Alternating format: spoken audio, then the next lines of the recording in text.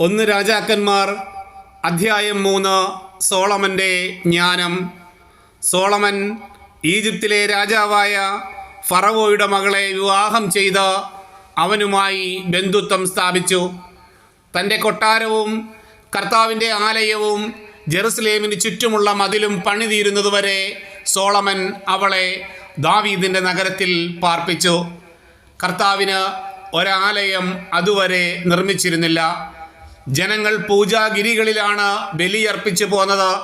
Solomon തൻ്റെ പിതാവായ ദാവീദിൻ്റെ അനുശാസനങ്ങൾ അനുസരിച്ചു. അങ്ങനെ കർത്താവിനെ സ്നേഹിച്ചു.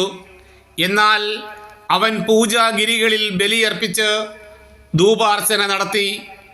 ഒരിക്കൽ രാജാവ് ബലിയർപ്പിക്കാൻ മുഖ്യ പൂജാഗിരിയായ ഗിബയോനിലേക്ക് പോയി.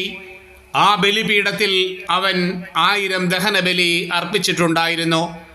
അവിടെ വെച്ച് രാത്രി കർത്താവ് സോളമന് സ്വപ്നത്തിൽ പ്രത്യക്ഷനായി.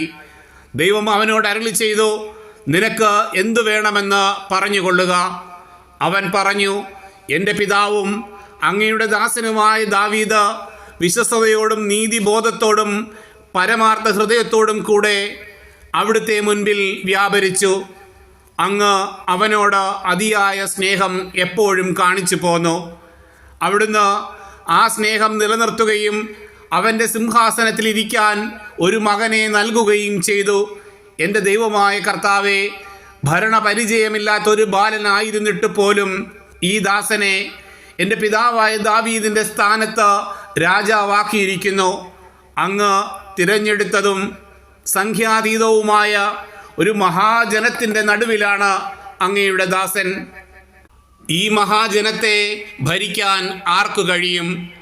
ആകയാൽ നന്മയും തിന്മയും വിവേചിച്ചറിഞ്ഞ അങ്ങയുടെ ജനത്തെ ഭരിക്കാൻ പോരുന്ന വിവേകം ഈ ദാസന് നൽകിയാലും. സോളമൻ്റെ ഈ അപേക്ഷ കർത്താവിന് പ്രീതികരമായി. അവിടുന്ന് അവനോട് അരുളി ചെയ്തു, നീ ദീർഘായുസ്സോ സമ്പത്തോ ശത്രു സംഹാരമോ ആവശ്യപ്പെടാതെ നീതി നിർവഹണത്തിനു വേണ്ട വിവേകം മാത്രമാണ് ആവശ്യപ്പെട്ടത്. നിന്റെ അപേക്ഷ ഞാൻ സ്വീകരിച്ചിരിക്കുന്നു. ജ്ഞാനവും വിവേകവും ഞാൻ നിനക്ക് തരുന്നു.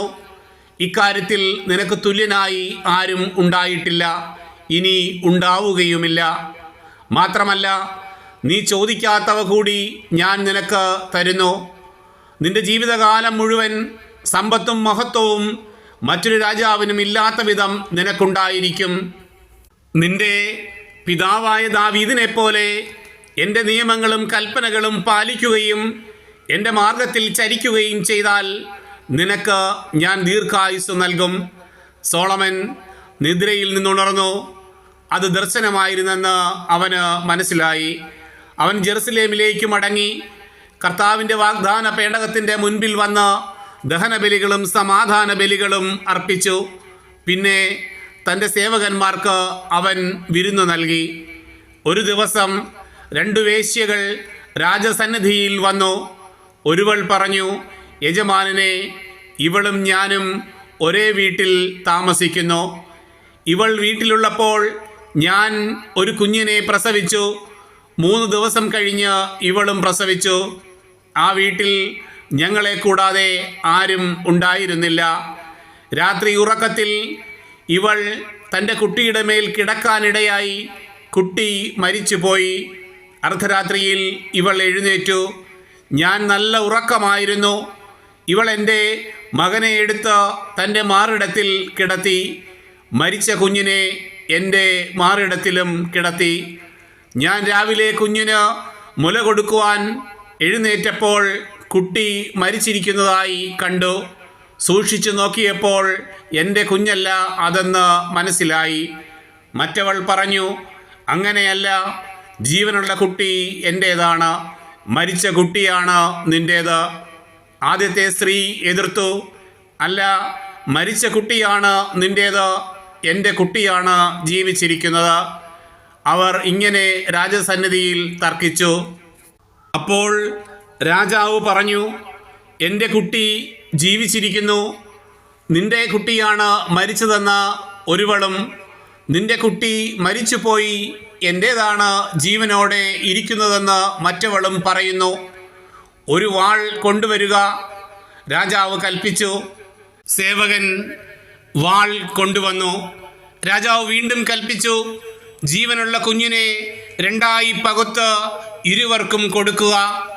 ഉടനെ ജീവനുള്ള ശിശുവിൻ്റെ അമ്മ തൻ്റെ കുഞ്ഞിനെ ഓർത്ത് ഹൃദയം നീറി പറഞ്ഞു, യജമാനനെ, കുട്ടിയെ കൊല്ലരുത്, അവനെ അവൾക്ക് ജീവനോടെ കൊടുത്തുകൊള്ളുക. എന്നാൽ മറ്റവൾ പറഞ്ഞു, കുട്ടിയെ എനിക്കും വേണ്ട, നിനക്കും വേണ്ട, അവനെ വിഭജിക്കുക. അപ്പോൾ രാജാവ് കൽപ്പിച്ചു, ജീവനുള്ള ശിശുവിനെ ആദ്യത്തെ സ്ത്രീക്ക് കൊടുക്കുക. ശിശുവിനെ കൊല്ലേണ്ടതില്ല, അവളാണ് അതിൻ്റെ അമ്മ. ഇസ്രായേൽ ജനം രാജാവിൻ്റെ വിധി നിർണയം അറിഞ്ഞു. നീതി നടത്തുന്നതിൽ ദൈവീക ജ്ഞാനം രാജാവിനുണ്ടെന്നറിഞ്ഞ് അവർ അവനോട് ഭയഭക്തിയുള്ളവരായി തീർന്നു.